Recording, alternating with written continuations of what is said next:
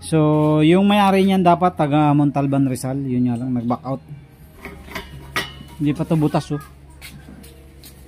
Bago natin siya butasan ay sisentruhan muna natin siyempre nito.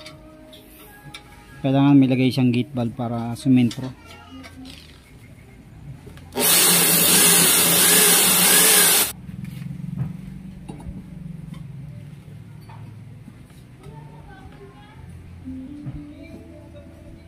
Umutang ko. Ito yung ibabaw 1.5.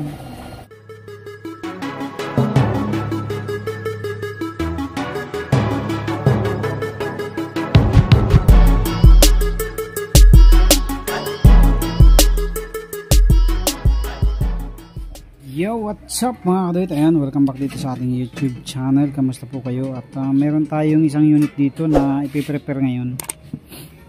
Ayan. So, ito ay order sa akin ng isang tropa natin. Ipag-prepare ko daw siya ng isang unit nito, kaya ito ipiprepare natin. So, yung may-ari niyan dapat taga Montalban Rizal, yun nga lang nag-back out. So, since walang may-ari nito, ibibigay na lang natin doon sa isang tropa natin na umorder sa atin. So, baka bukas or sa Sunday maibigay na natin yan. Ano na lang yan eh, bubutasan natin itong sa tangke and then itong nozzle burner.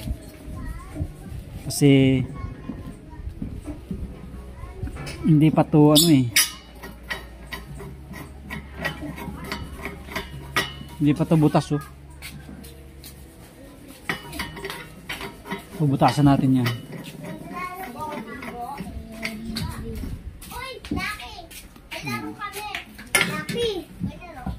Okay, bubutasan muna natin mga kabit.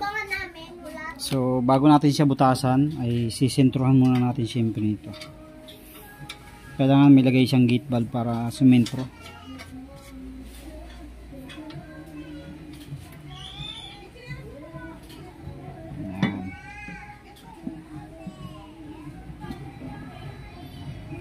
So yan, naset na natin yung gate valve na dapat swak dun sa butas ng ating oil intake pipe para hindi siya sablay. Ayan, tapos ating bubutasan na yan.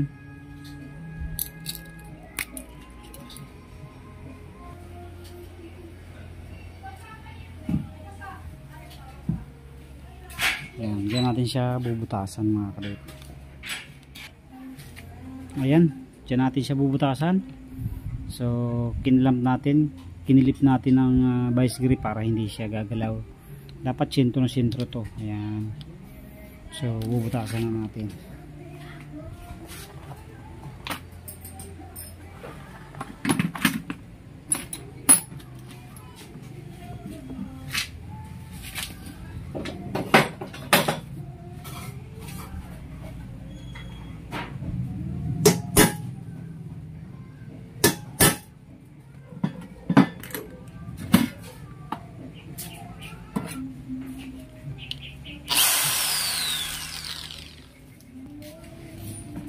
So yan na mga kapit, butas na. Tatapingan na lang natin yan.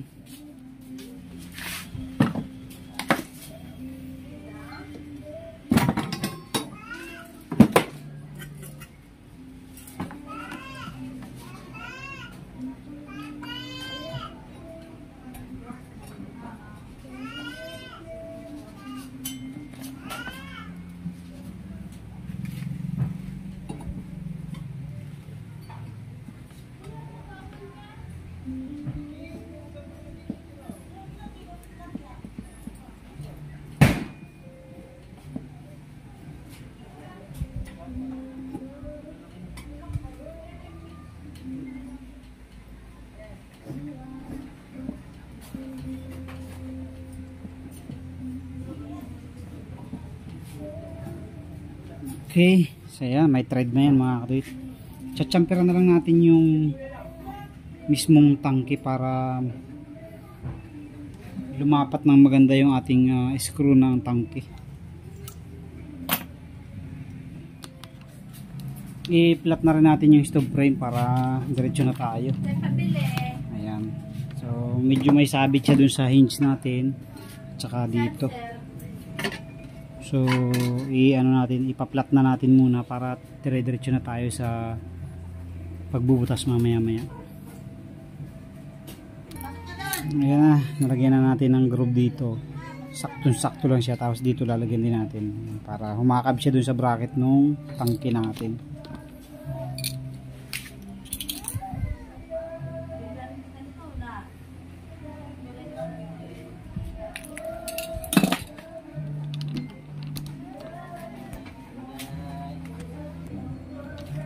Okay, yan ang mga karit, saktong-sakto. Tapos bubutasan na lang natin to. Sukat na tayo ng butas niya. Okay, sukatan na muna natin.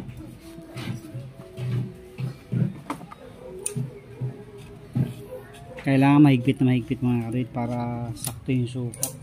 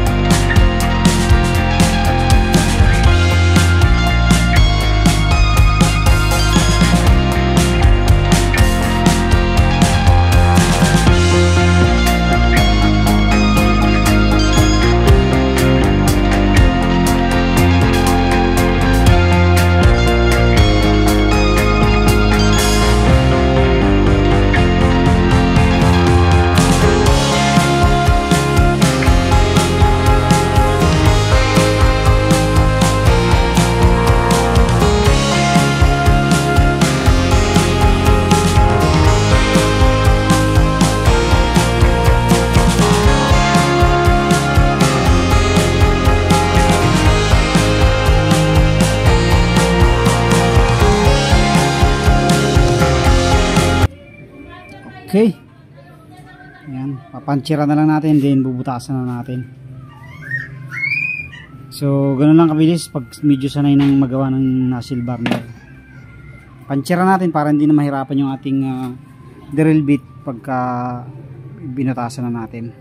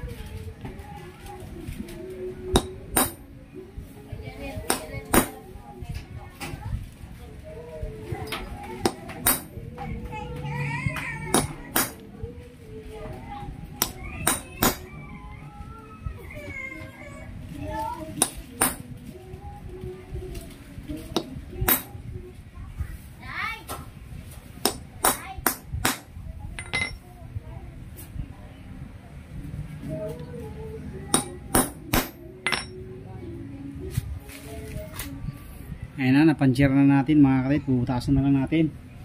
Kailangan natin mabutasan kasi didilim na eh. Mahirap nang magbutas pag magabi na. Okay. So hindi ko na ipapakita yung magbubutas. Papakita ko na lang mamaya pagkatapos. Okay mga kaduit, at nakatapos din tayo. Pinahabol natin dahil may customer tayo. Ayan o, customer. Palit seat cover, bearing, and then linis panggilid. So ito, nakatapos na tayo. May nadali natin. Hindi ko pa pala nabutasan yung ilalim doon, nalimutan ko. Ito yung ibabaw 1.5, tapos yung ating ilalim 2.5, pababa mga 160 degree, tapos ito dos, pangalawang layer dos yan, 130 degree, tapos itong pangatlong layer, so yung dalawa nito dos magkatapatan, tapos yung dalawa apat-apat lang kasi ito, yung dalawa 1.5 magkatapatan din, tapos yung pang-apat na layer 1.5 lahat yan, apat, 130 degree din yan or 135 degree, tapos ito pantay lang banda sa dingding, apat din yan 1.5. okay, tapos ito 1.5 lahat, mga 120 to 130 din to. So yan na, tapos na, 28 holes yan para sa tropa natin sa linggo. Di-deliver ko na yun sa linggo para ma-dispose ng atin yung mga stocks dyan.